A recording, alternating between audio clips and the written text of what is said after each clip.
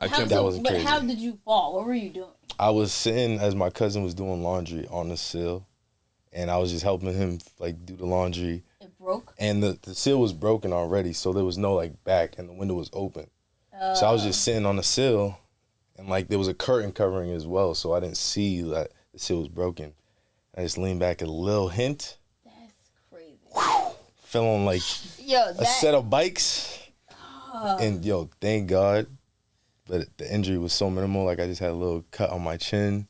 That's insane. Yeah, it's a tiny cut out of the 2 stories. I'm like, damn, God was on my side. Yo, what's going on, y'all? SuperSmashBroz here. And tap into our new album, Loved Ones, out now. Nyla, we need to talk. ASAP.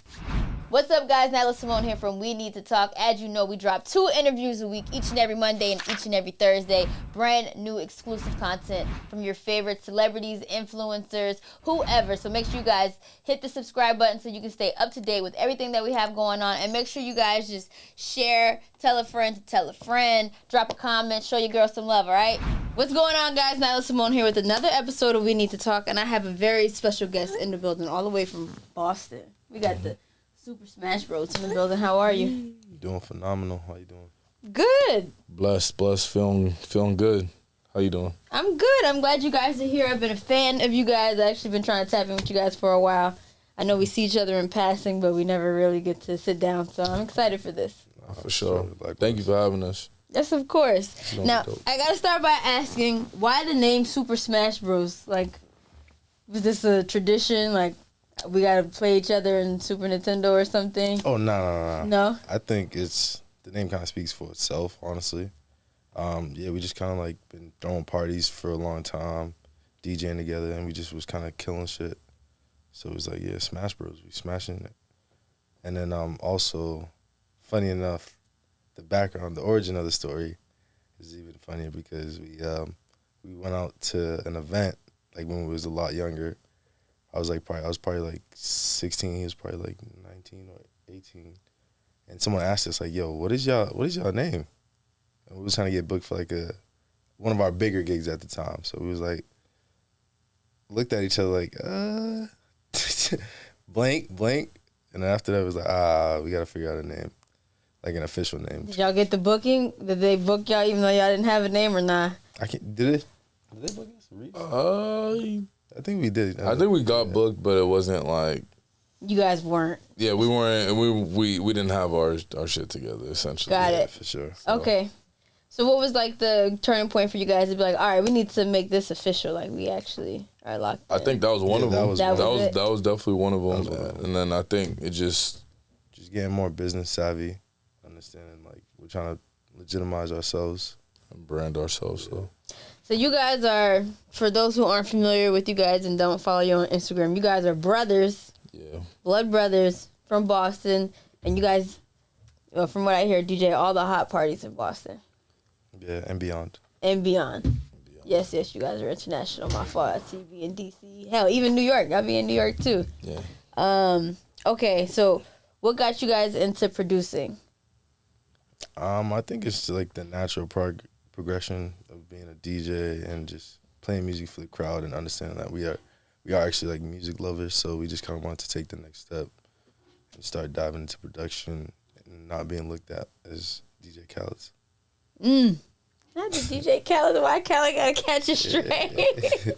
But I understand. I understand and I get that. But I think not. I feel like some DJs don't mind doing that, like take the A&R route versus the producer route. But being that you guys are from Boston, I know you guys are actually Nigerian. Just talk about the sounds and the music that you guys grew up on. Yeah, I mean, we're very Nigerian. Shout out to our whole family. Our family's from Benin City.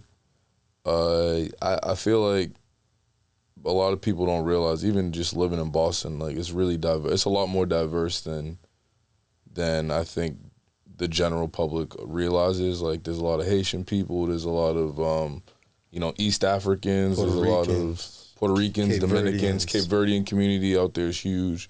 But I mean, just being around so many different ethnicities, you learn so much about different music styles. So it was like, You know, we were hearing salsa, we was hearing dembow early, we was hearing compa early. So all that stuff kind of, and then we're very true to who we are.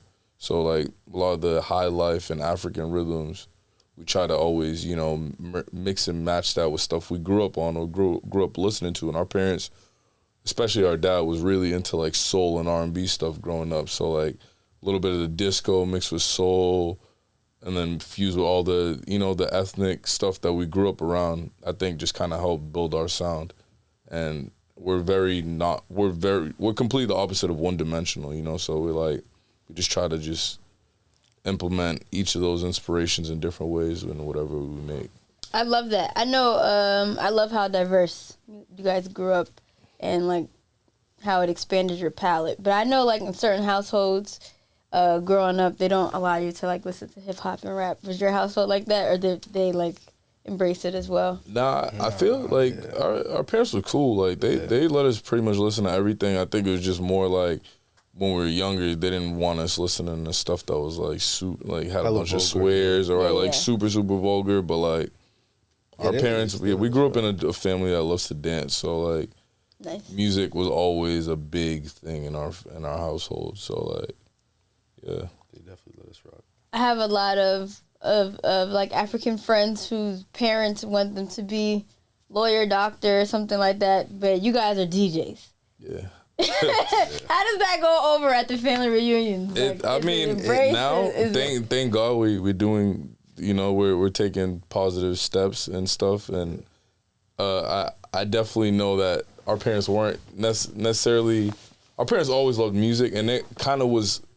They were really supportive until they realized it was more than a hobby. Yeah. Then it became like, oh, you're always doing DJing, you're doing this. But then, you know, I think ultimately our parents want to see us do well. So like once they started hearing from my family friends about how their kids is talking about us, or like, you know, like, oh, you kids are doing amazing things, and our parents, like, you know, not being privy to it, they just kind of like, oh, like I just thought they were just, we just wanted to be outside and just being bad, or like just wanting to party. So outside, yeah, once they realize, okay, like they're actually taking it serious and like, you know, making some traction. And not only that too, like our parents are both like entrepreneurs, so it definitely helped. Like they definitely always encourage us to like go after what we want to go for, and like try to achieve something that we wanted to achieve. Not only also always pointing us in one direction or telling us to do one thing specifically, go be a doctor or something like that. So they were open to us doing like something that we wanted to do, and you know, creating that lane for ourselves, as long as it was bringing in money. Ready, yeah. You know, and I mean, our family's big on family, so like, you know, the fact that we're in this journey together, I'm sure it makes it all the more easier for them to be cool with it when it's like, okay, like you're with your brother, doing something dope that you guys love to do. So that is pretty fire, actually. Because navigating the music business is not fun, and building a team also not that fun. I shouldn't even say not fun, but not easy. Not easy. Yeah. Having family through the process is like a blessing. 100%, sure. Absolutely. But okay, you guys talked about how family oriented you guys are. Yeah. I know the project is titled "Loved Ones." Yeah, that was intentional. I'm assuming because of that. Yeah, absolutely. Yeah. Just being influenced by like all of our friends and family, and just kind of helping us be the men that we are today, for sure.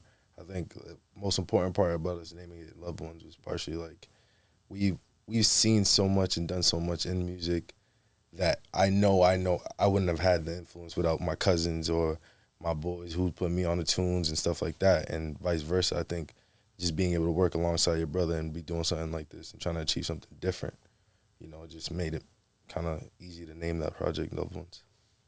With Loved Ones, because I know the cover art, it's a bunch of different pictures as well. Yeah. Did you guys get approval for that, or no, you just... I mean, everyone on there is literally loved ones, so like it's not. Were they okay with that? They were all hype. If anything, oh, really? Like it was very dope when we finally unveiled, because a lot of people didn't see the cover. Yeah. Beforehand, we didn't like show a bunch of people. We just kind of like unveiled it. So nice. So some people were spotting themselves like getting goosebumps. Like, damn, I'm on the cover. Like that's fire. That is fire. And then like one of my cousins, that she was on the cover. She was like, oh, like I saw it and started crying because it was just like it was. You know, just she didn't expect that. Yeah. And I feel like we've been trying to do a better job of kind of just showing more layers of who we are and what we really care about. So For sure. I think I think the coverage kind of helped do that. Yeah, that's super dope. When you say more layers outside of the family, what else are you guys like? I guess what are the other layers too? We like to dance. We love to eat good food. We're joke like we crack jokes for sport. You know, like that's what we all about. Just having a good time with the people that we rock with, and For sure. you know, And also, like, I would say we also, like to do other endeavors and try to, break into different lanes. I feel like there's no real limit. Like he said earlier, like we're not one-dimensional. Like we don't only just make music. Like we could put on a commercial. We could make a commercial. We could like put on an event, throw a crazy ass party, or make it a more intimate experience. like to get fly. Yeah.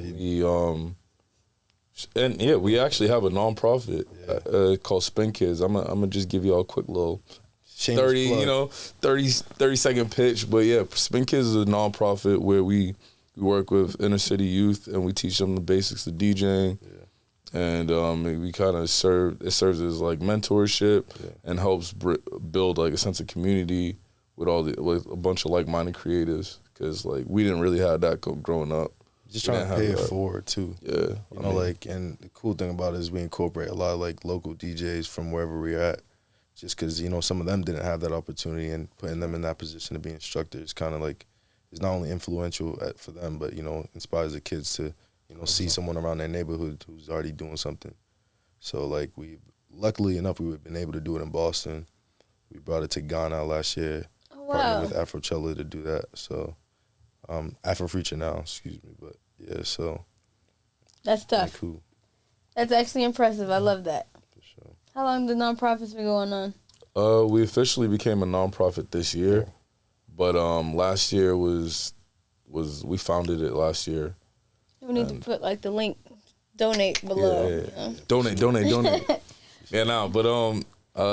been about a year. The process of, shout out to Wilmer Hill. They took on the case, or they served as our legal counsel for this pro bono, and I feel like people were really excited about what we're trying to do here. So I just hope that we continue to grow it and expand it.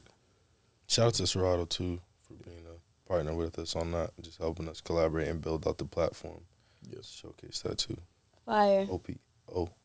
OP Miller. Yes, sir. Shout out OP. We love you. Shout out OP. Okay, back to Loved One. So I know the cover art includes family, friends, and on this project you guys have a lot of friends that you guys got some amazing features from. So let's get into that. Did you guys do everything in studio, or was some of this sent out? Like, talk about the process for me. It was both. Some of it was in studio. Some of it was just, through like social media, communicating with artists. And the best part about it is we were working with like not only friends, but also like people that we were fans of. Like we genuinely like their music. So it was easy to partner with people that you actually genuinely like rock out with.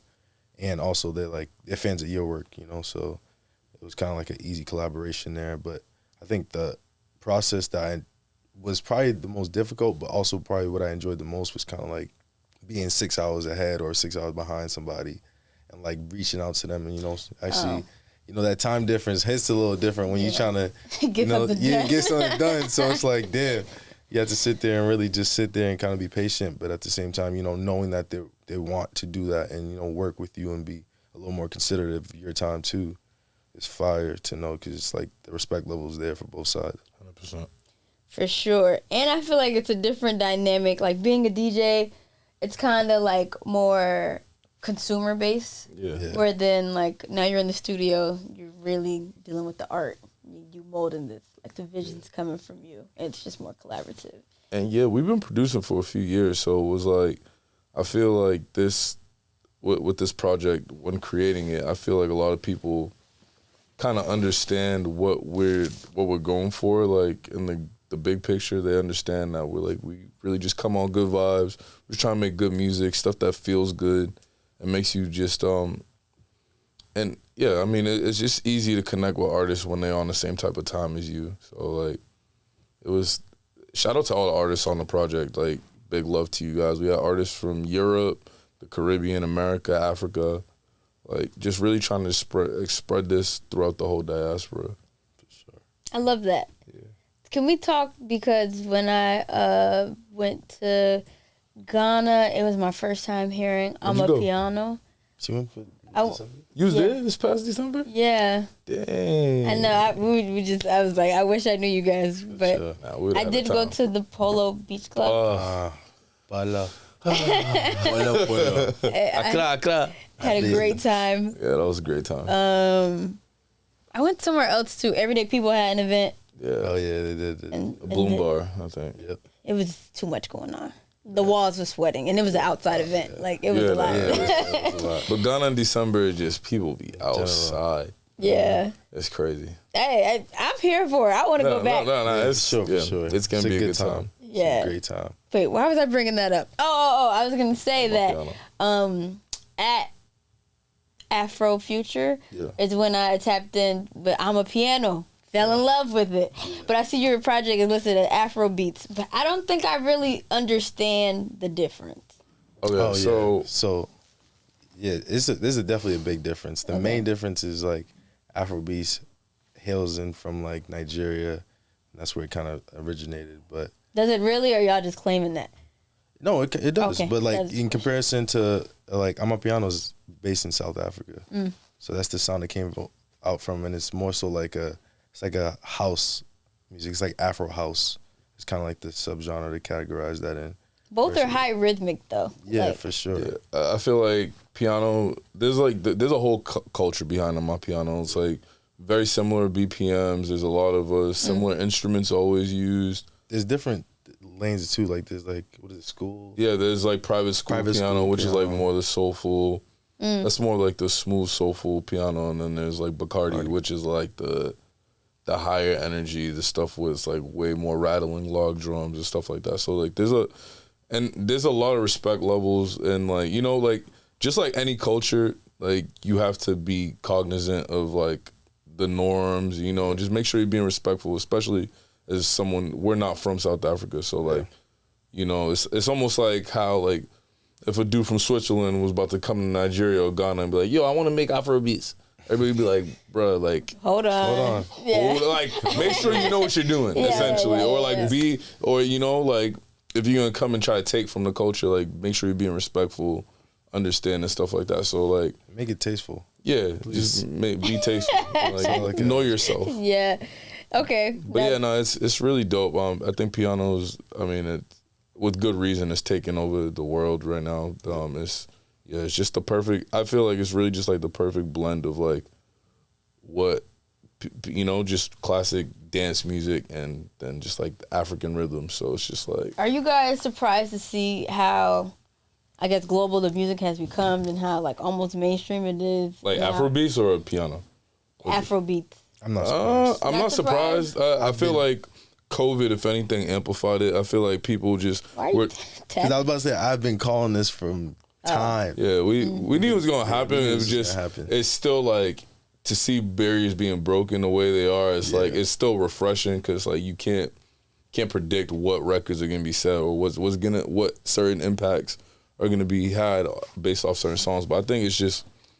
Yeah, I feel like I was saying, like after COVID, I feel like people, you know, were just in the house and like people want to feel good. Like nobody want to hear like, and I love, you know, like a lot of trap stuff, and it's like nobody's trying to hear about their man's getting lined and like we gonna run down on you. Like I've been stuck in the house for 2 years. I'm like, I'm trying to have some fun. I want to hear something that's gonna make me feel good and smile and be around my people again. So like, I feel like, and then there was also like I feel like a renewed sense of like blackness, you know, with all the protests and stuff. So I feel like people wanted to connect more to like home and their true roots. So I feel like it was just about the timing of it, and then the music's also been at the best it's ever been. You know, these artists are understanding how to tap into the Western sounds and implement that in a way that feels like wavy. You know, so I guess I always ask, is it shocking to you guys? Because it's definitely shocking as hell to me. Nah. But only because it's new to me. Like I was telling we thought this shit was the greatest shit ever for so long. Like, you know, so it's refreshing. Just give me grace. But welcome. You're here now.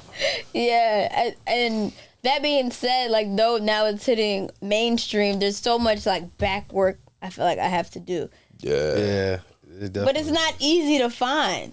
That's why you know people like the SuperSmashBroz who can guide you, you know? This is true. You know, that's what we're here for. I need a playlist. We're here to get your vibes right. Trust me, we got you. Okay. But you gotta listen to like the OGs, like the Banjas, Tamaya Runtowns, Baba. Yeah, Two-Face, like Don Jazzy, Wande Cole. He's still around, but like he's like there's legends in this, and yeah, it's just really dope to see the progression. Yeah, like we can keep going, but like there's so many really dope artists, and it's just who've been trying to knock down that door. And then with social media now, I feel like it's made things just way more easier because like it works both ways. Like people like in the Western side of the world, they can kind of see what's happening on the continent, like in real time, and vice versa. So like people in Africa now, like they actually can see what the trends are and see what's working, like you know, in America or Europe, and you know they can adapt and bring their own spin on it. So and partially, I feel like what's also tending to happen is like a lot of the new and up and coming artists are trying to incorporate way more Western sounds. Yeah. So the crossover is translating a lot easier for people out here, and they're just making fire music on top of that. Like I think it's great. I will say I think hip hop and rap is taking a whole new turn. A lot of like sad, low, even R&B, low tempo, moody. You know what I mean? So I feel like Amapiano and Afrobeats has just been like a fresh energy. But I was gonna say, I know, I do sometimes hear like, now it's like an American sound. Like this isn't even like the real sound. Kind of like the more popular. Yeah, I mean, artists. that's just. Is it true or is it just more global? I think it's more global. Okay. For sure. Yeah, and I mean, when anything grows, like you know, what I mean, it's not gonna be the purest sound, the purest version, because now like these artists who weren't leaving Lagos and Accra, like now they can go all over, do a whole European tour. Right. Like if you know, like if you used to tell somebody like Shali Puppy, like who's like a really popping artist in Nigeria, who's from our city, Benin City, but like if you used to tell him 5-6 years ago, like you was about to go on the craziest European run and go to Zurich and Oslo and Amsterdam, you know, in the span of 3 weeks, you'd probably be like, you know, like me, like what? So like, it's just like it's just really dope to see. It's good. Love that. Okay, and it was dope to see that you guys are introducing me to a bunch of new artists on your tape, because I gotta say I wasn't familiar with any of the names, but now I'm like tapping in and learning new catalogs. So how did you guys pick the artists that you guys worked with?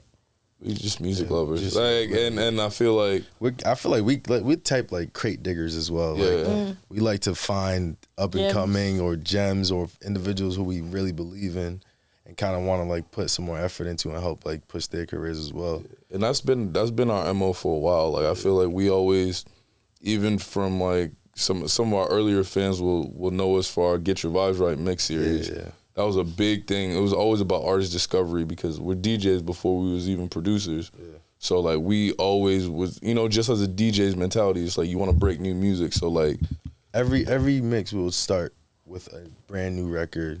Yeah. And most likely a drop from the artist. Fire. To really just kind of help people understand what exactly we're trying to do. And I feel like it did, because a lot of the times the artists we will be putting on were either like bubbling at the tip of the iceberg, and people were starting to kind of see where we're at in terms of the curve and where we were trying to be with helping break these artists. It's almost like playing music stocks, you know, like, I mean, like, and I think fortunately, like, our ear has developed into the point where we understand, like, when an artist can go and, like, and there's a couple success stories, like, even on our last project before Loved Ones, we had an artist named CK, and literally, like, I think the year after, he had one of the biggest songs to ever come out of Africa, like, period. And it was just, like, people were kind of just like, yo, like, how did you, like, tap on him? And it's just, like, one, we was a fan, and we believed in his sound. Yeah, for sure. Before we even became, like, trendy, per se. But, like, you know, like, even, like, artists like Buju, like Benson, and, like, Molly, who's on Sad Girls Love Money with Amare, like, so there's so many artists that the list goes on, but like we always try to like tap in with artists that we believe either have a really good work ethic or just insanely talented and just has the potential to do do something. And I mean, fortunately, it's working. So we want to just keep at it and keep using our platform to amplify some of these artists. Sounds like A&Rs to me. For sure. Definitely something like that, yeah. So what is like SmashBroz overall goal? What do you guys see for yourselves? Because I've never met a duo like you guys, and I also will say, kind of like hip hop in the '90s. I feel like the DJ was a more vital, like, role and like role player compared to how we're treated now. But I feel like right now DJs are major components as far as pushing Afrobeats and Amapiano. That being said, you guys are a part of the forefront. What is like the 5-year, 10-year goal for you guys? I mean, I think it would be to just continuously be doing this on another scale, honestly. Just kind of being a little more intentional about who we work with, how we work with them, and just putting that, utilizing our platform to help showcase them and putting them on that pedestal that they deserve, and not only deserve, that we believe is like worth it. Because like at the end of the day, like we said, we're music lovers, so we just trying to put out the best music out there when we're doing it. And then also just branding and marketing these people the right way, for sure. Yeah, we just want to be a bridge, for real. Yeah. Like I mean, you know, like we, thankfully, our parents made sure we was very immersed in our culture growing up. And then, you know, we went to school with, in the most hood of schools to the most suburban schools, you know what I mean? So like we have a good variety of like experience and background where I feel like we're trying to use our platform to translate, you know, from like the continent of Africa, like, you know, and for all of our Jamaican and Bajan friends and Haitian friends, be that bridge where it's like, okay, like we can link up. And usually, like, if you look at our projects, the artists, like even on Loved Ones, like we have an artist who's Jamaican and a shorty who's Angolan on the song. And, you know, we had a white boy play the bass line and we're Nigerian. So it's just like already just, you know, like it was just so many different vibes on it, but just really trying to make sure people are understanding that it's like it's bigger than us. Yeah. It's just about like uplifting these artists and then also just like making each parts of the world that we work with more in tune with what we're trying to do and more in tune with the other people that we're working with. Love that. Okay. What was my follow-up to that? As far as the, like, I guess melting pot that it is your projects and just how you guys go about producing the music, I've always said this, and I feel like music, and I don't even mean the world, but just as Black people, I feel like music could really unify us, because the fact that I love Asake's music and I don't know what the hell I'm saying, it's Yoruba or whatever, it's like, you know, it's like breaking down a barrier of like the, I guess, the language barrier. Yeah. And I know in Nigeria, he was saying there's 4 different languages. There's more. There's so many languages. 4 main languages. There's more. Nigeria. Well, Nigeria is the most populous country in Africa. Levels, so like, and there's so many different languages. Like it's crazy. That's mind-boggling to me. But yeah, there's like I might not ever understand anything an Igbo person is saying, or they might not ever understand anything an Edo person is saying. And same with Yoruba, like, you know, we might not understand the same languages, but the music. But there's also like a pidgin English, so which is kind of like a broken English. That's kind of like the norm where everyone. That's kind of like how most people in like Nigeria communicate. So everybody will have like their first language and second language would be broken English. Yeah. Actually, it's normally kind of the opposite. Yeah. Because, you know, Nigeria was colonized by the British, so, like, English is technically the first language. But, like, every part has their, like, languages. Like, each tribe has, you know, their respective languages, and usually they can speak or at least understand what people are saying. Crazy stuff, man. Yeah, I gotta go. Yeah, come to Nigeria. Sure. Come to Lagos in December. Your life will change. Right before you go to Ghana. I think I will. Yeah, where's my phone at? I gotta ask these questions. Oh, right here. All right, we're gonna play a game. It's fill in the blank. Hey, you go first. I'll go next. It's just so people can get to know you better. Yeah. We're being nosy. The older I get, the less I blink. The older I get, the less I eat. Eat. That's The older I get, the less I eat. Why? Just because I'm always on the move, like I tend to catch myself eating like twice a day instead of like actually capitalizing eating like 3 meals. Sometimes I eat breakfast and then just go straight to dinner because I'm just doing mad stuff in between my days. So Understandable, but I want better for you. I want better for myself. I want better for you. How about you? the older I get, the less I tolerate negativity. I like that. I like that a lot. I can't believe I actually blinked when I was younger.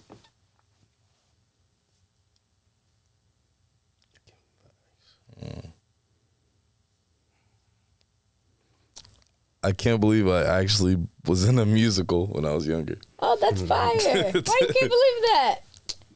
Because I was a sailor and anything goes, and I was tap dance. Wow. Yeah, it was cool though.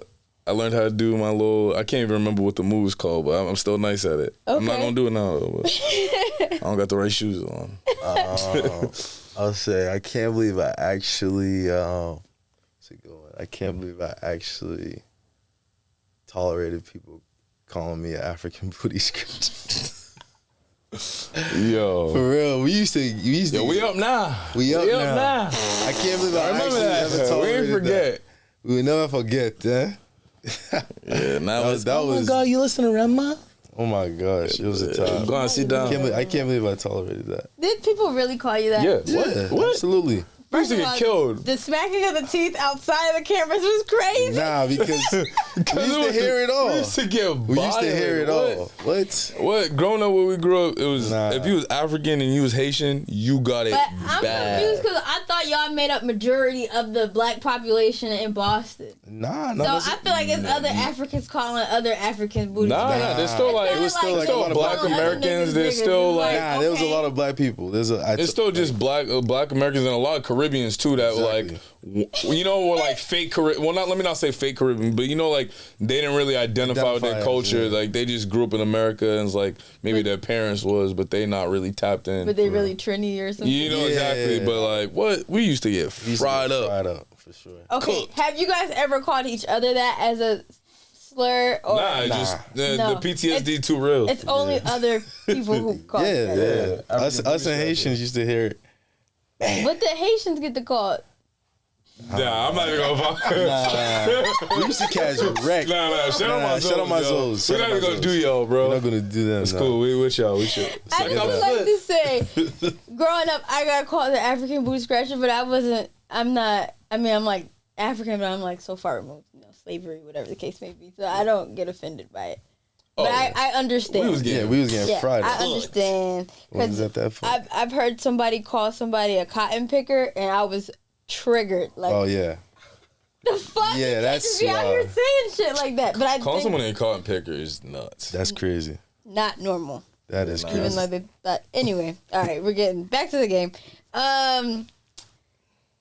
Did you fight people over that? No. I used to rash back. You gotta fight back. Yeah, literally. Somebody got to do it. Somebody gotta do it for sure. Understood. I'm a little embarrassed by the fact that I know so little about blank. I'm not even that embarrassed, but I'm a little embarrassed that I know so little about like how to play the instruments. A little embarrassed, but I feel like that is a testament to my ear because I'm not like musically trained, but I'll make some shit. That part. I'm not really embarrassed by this, but I was just gonna say like I'm a little embarrassed about how little I know about like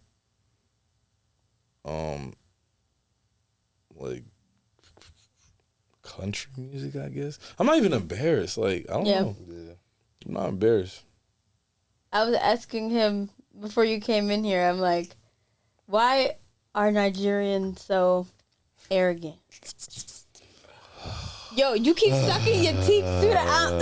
Now Now this is what we're saying. I wanted to know because it's just a different experience. It's a different air, So I'm just like, what? I think what is we're that? very prideful. Yeah, it's more so We're very that. prideful, and unfortunately, for everyone else.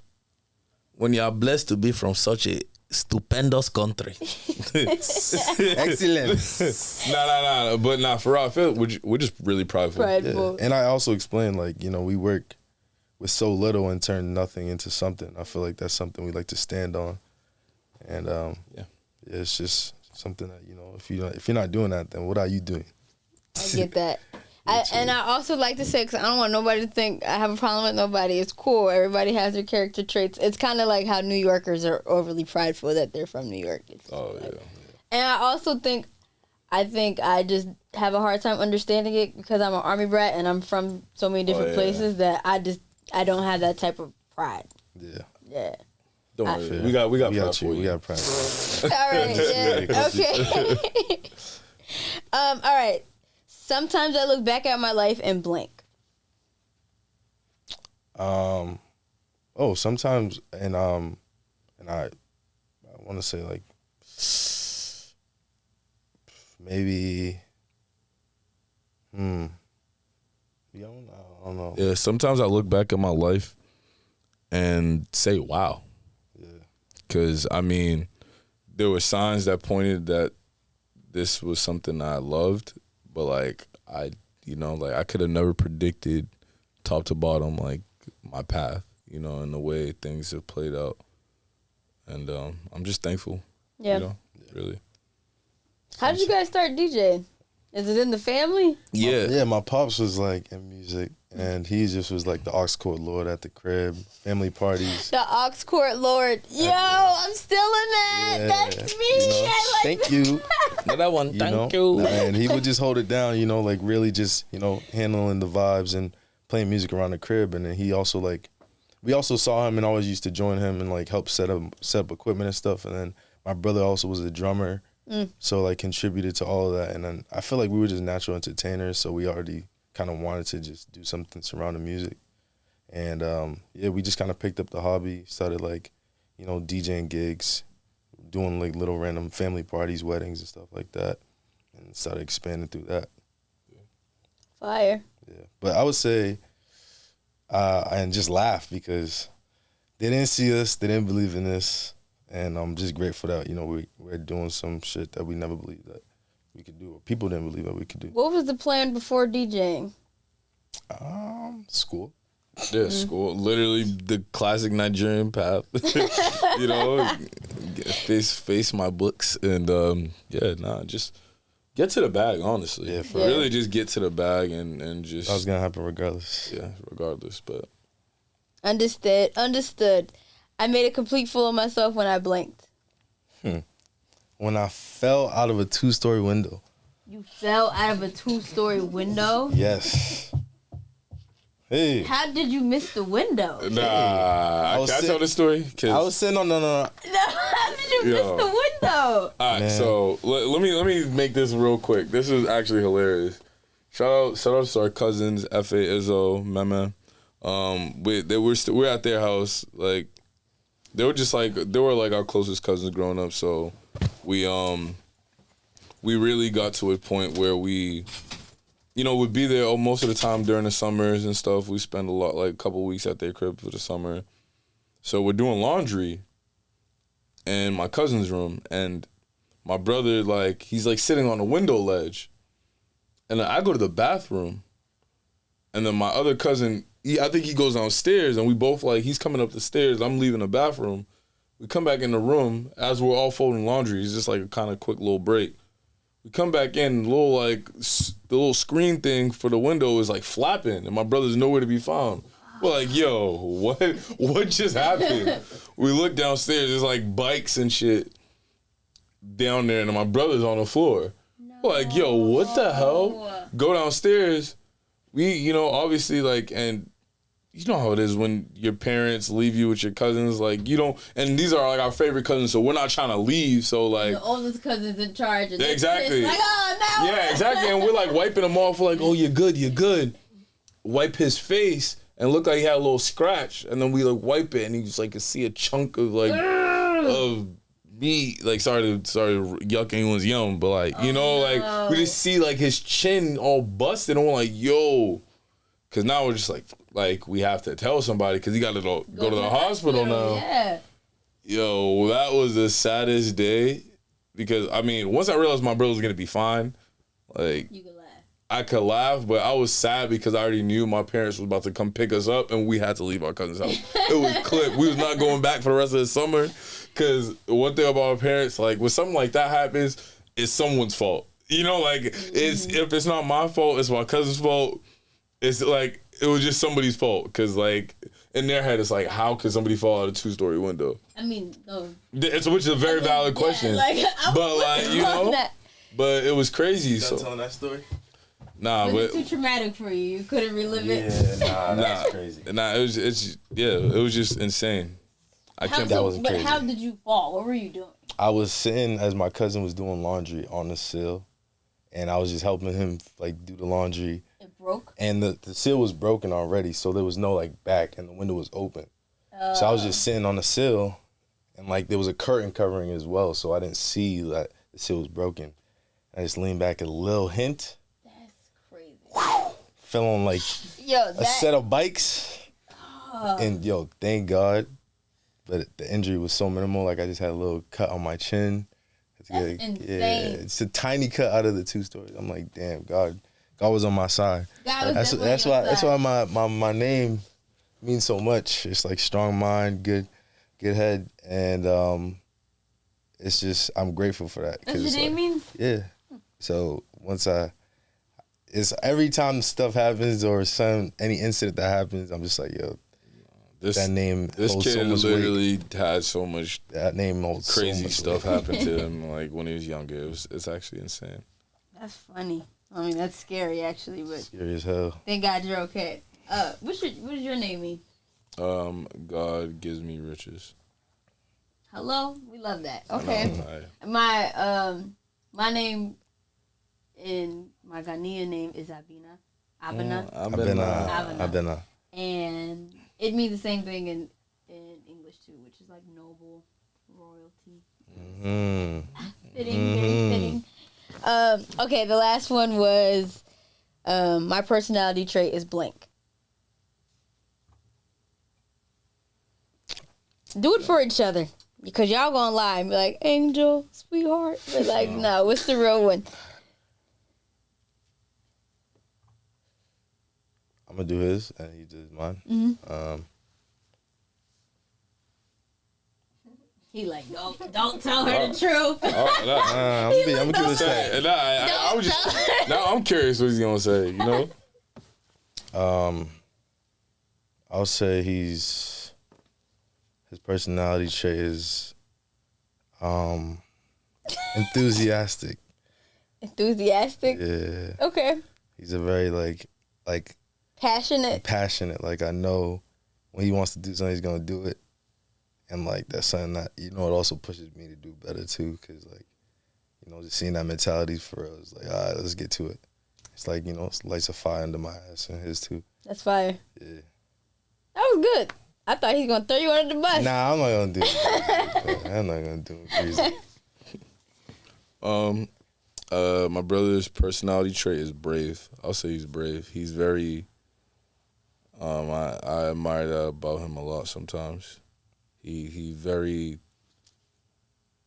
Like even if you think something might not be the greatest idea, if he genuinely believes in it, he's gonna go. Unfortunately, sometimes. but thankfully it works out more often than not. But like sometimes like he's just, if he believes it can be done, he's genuinely not gonna hear anything else. But he's very like, yeah, he's brave. I think he will go for stuff and I've literally seen this kid work magic before my own 2 eyes, where it's like it doesn't even surprise me anymore. Well, sometimes people will like. Perfect example is like we're in. It's actually a really funny story. This was Art Basel. We was in Miami. I'll never forget this. Oh shit! But this was really hilarious. We were going to this party. I don't know where. I was with some friends. My brother beat us there. Yeah. And the party's like fully at capacity. And then I text And then the people I'm with, I'm like, yo, don't worry, my brother's gonna get us in. They're like, bro, they're saying it's at capacity. I'm like, you don't know this kid. Sure enough, I can't make this up. He comes downstairs. I don't even know if this guy was the owner, but my brother, first off, he says he's somebody else to get in. And then he's coming downstairs at a full capacity, pointing at me and everybody I'm with, like, yeah, nah, they're good. Elevator. So not only did we skip the whole line, and mind you, we had nothing to do with this party. Nothing. Like, we wasn't DJing. We knew somebody who was playing, but like, we didn't. This is not our party. This was not no predetermined thing where we was gonna get in. He's pointing. He's not even supposed to be in there. Literally. And he's calling shots, telling the guys to come get us. Who were you pretending to be?